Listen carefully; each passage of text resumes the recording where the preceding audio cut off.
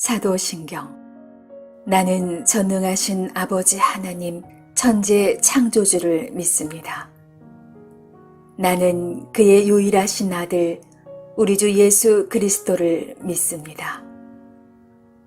그는 성령으로 잉태되어 동정녀 마리아에게서 나시고 본디오 빌라도에게 고난을 받아 십자가에 못 박혀 죽으시고 장사한 지 사흘 만에 죽은 자 가운데서 다시 살아나셨으며 하늘에 오르시어 전능하신 아버지 하나님 우편에 앉아 계시다가 거기로부터 살아있는 자와 죽은 자를 심판하러 오십니다. 나는 성령을 믿으며 거룩한 공교회와 성도의 교제와 죄를 용서받는 것과 몸의 부활과 영생을 믿습니다. 아멘. 세상은 들리고 사람들은 변하여도 나는 주를 섬기리. 주님의 사랑은 영원히 변하지 않네. 나는 주를 신뢰해.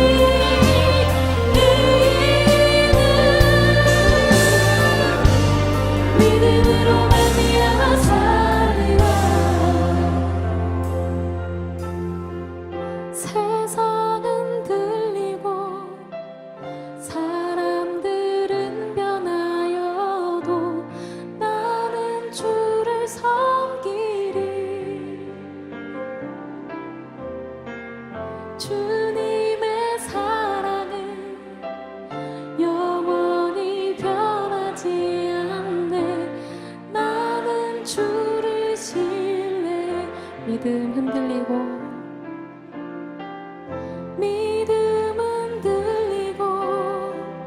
사람들 주를 떠나도 나는 주를 섬기리 주님의 나라는 영원히 쇠하지 않네 나는 주를 신뢰 내가 이방인인 너희에게 말하노라. 내가 이방인의 사도인 만큼 내 직분을 영광스럽게 여기노니 이는 혹 내 고륙을 나무쪼록 쉬게 하게 하여 그들 중에서 얼마를 구원하려 함이라. 그들을 버리는 것이 세상의 화목이 되거든 그 받아들이는 것이 죽은 자 가운데서 살아나는 것이 아니면 무엇이리요. 제사는 처음 익은 곡식가루가 거룩한즉 떡덩이도 그러하고 뿌리가 거룩한즉 가지도 그러하니라. 또한 가지 얼마가 꺾이었는데 돌 감람나무인 내가 그들 중에 접붙임이 되어 참 감람나무 뿌리의 진액을 함께 받는 자가 되었은즉 그 가지들을 향하여 자랑하지 말라. 자랑할지라도 내가 뿌리를 보존하는 것이 아니요 뿌리가 너를 보존하는 것이니라. 그러면 내 말이 가지들이 꺾인 것은 나로 접붙임을 받게 하려 함이라 하리니 옳도다. 그들은 믿지 아니함으로 꺾이고 너는 믿음으로 섰느니라. 높은 마음을 품지 말고 도리어 두려워하라.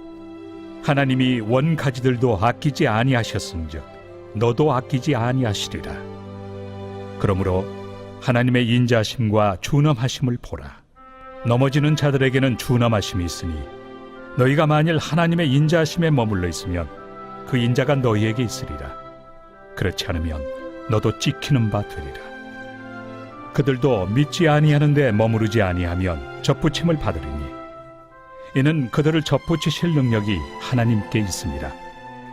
내가 원 돌 감람나무에서 찍힘을 받고 본성을 거슬러 좋은 감람나무에 접붙임을 받았으니 원 가지인 이 사람들이야 얼마나 더 자기 감람나무에 접붙이심을 받으리야.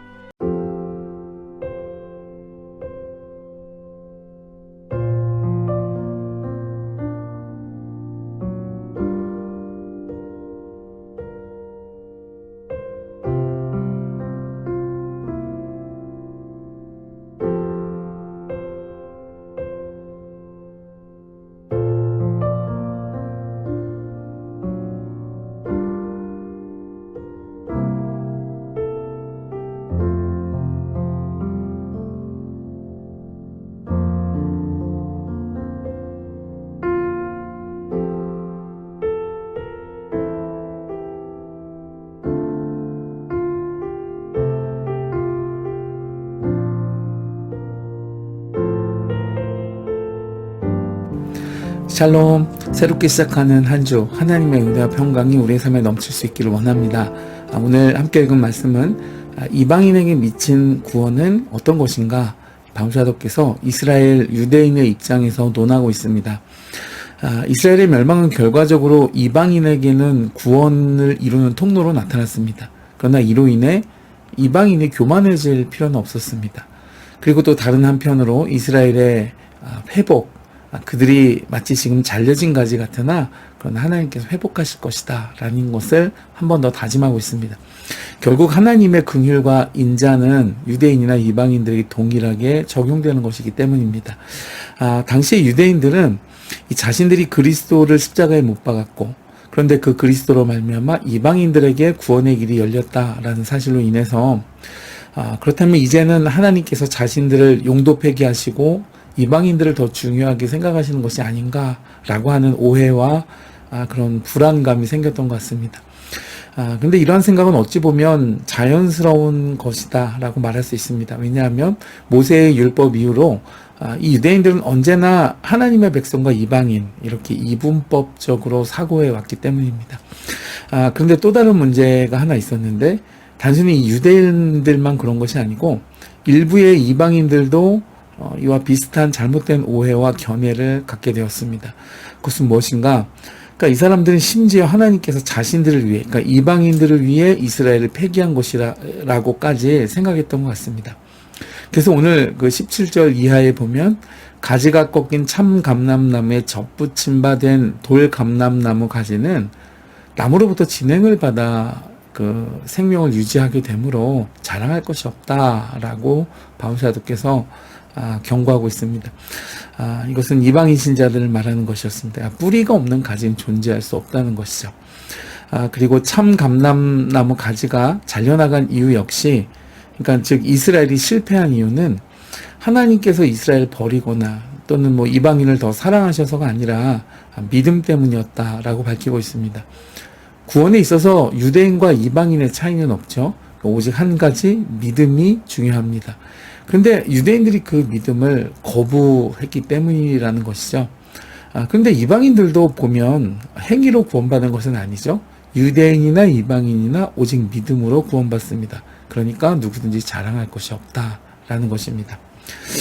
무엇보다 우리가 믿음으로 구원에 이르게 된 것은 전적인 하나님의 은혜의 결과였습니다. 애초에 믿음도 선물로 주신 것이니까요. 에베소서 2장 8절 이하에 보면 너희는 그 은혜에 의하여 믿음으로 말미암아 구원을 받았으니 하나님의 선물이라 행위에서 난 것이 아니니 누구든지 자랑치 못하게 함이라 그랬습니다. 그러므로 모든 사람은 언제나 겸비함으로 주님 앞에 서야 합니다. 바울 사도가 주목한 것도 바로 이 점이었습니다. 특별히 이러한 생각을 갖고 있는 이방인들은 하나님의 구원을 값싸게 만드는 방종하는 삶의 모습을 보이기도 했습니다. 오직 은혜에 의하여 믿음으로 구원받은 이방인들이므로 유대인들과는 달리, 이제 유대인들은 율법을 따르는 율법주의죠. 근데 이방인들은 율법은 없으니까 믿음을 강조하면서 아예 어떠한 행위적 노력도 하려 하지 아니하고 그저 믿음으로 구원받으니까 함부로 행동하는 가벼운 신앙생활을 하고자 하는 그런 패단이 발생했습니다. 그래서 은혜로 구원받은 자유를 방종의 기회로 삼고자 한다라고 바울사도가 경고했었죠. 21절을 보면 하나님이 원 가지들도 아끼지 아니하셨은즉 너도 아끼지 아니하시리라 그랬습니다. 그러니까 하나님의 인자와 준엄하심을 보라 라는 것이고 은혜를 감사히 여기고 크게 여기라는 것입니다. 이제 바울사도가 이렇게 말했지만 그럼에도 불구하고 이 이스라엘은 좀 의기소침하고 개운치 않아 했던 것 같습니다. 그래서 아마도 선택받은 선민의 지위에서 자신들은 영영 탈락한 것이 아닌가라는 자격지심이 남아 있었겠죠. 그래서 오늘 말씀 24절 이하를 보면 돌가지도 접붙여졌는데 하물며 원가지는 얼마나 더 훌륭하게 접붙여지겠느냐라고 반문함으로써 믿음으로 나오라고 권면하고 있습니다. 그러니까 믿음으로 나와라. 여러분은 믿음으로 구원받은 그 은혜를 알고 감사하시고 있으십니까? 혹시 너무 쉽다고 생각하십니까? 결코 아닙니다. 내 죄를 위해 하나님께서는 큰 대가를 이미 치르셨습니다. 바울이 경계하는 것처럼 그러므로 우리의 할 일은 무엇인가? 그리스도의 십자가를 통해 주시는 구원의 은혜를 망각하지 말고 또 유대인들처럼 자기 의로움과 불신으로 은혜를 거부하지도 말고 내게 허락된 하나님의 그 놀라운 은혜와 또 그 사랑과 그 놀라운 축복을 감사하며 누리며 사실 수 있는 복된 한 주간 또 복된 성도 되실 수 있기를 주님의 이름으로 축복해 드립니다.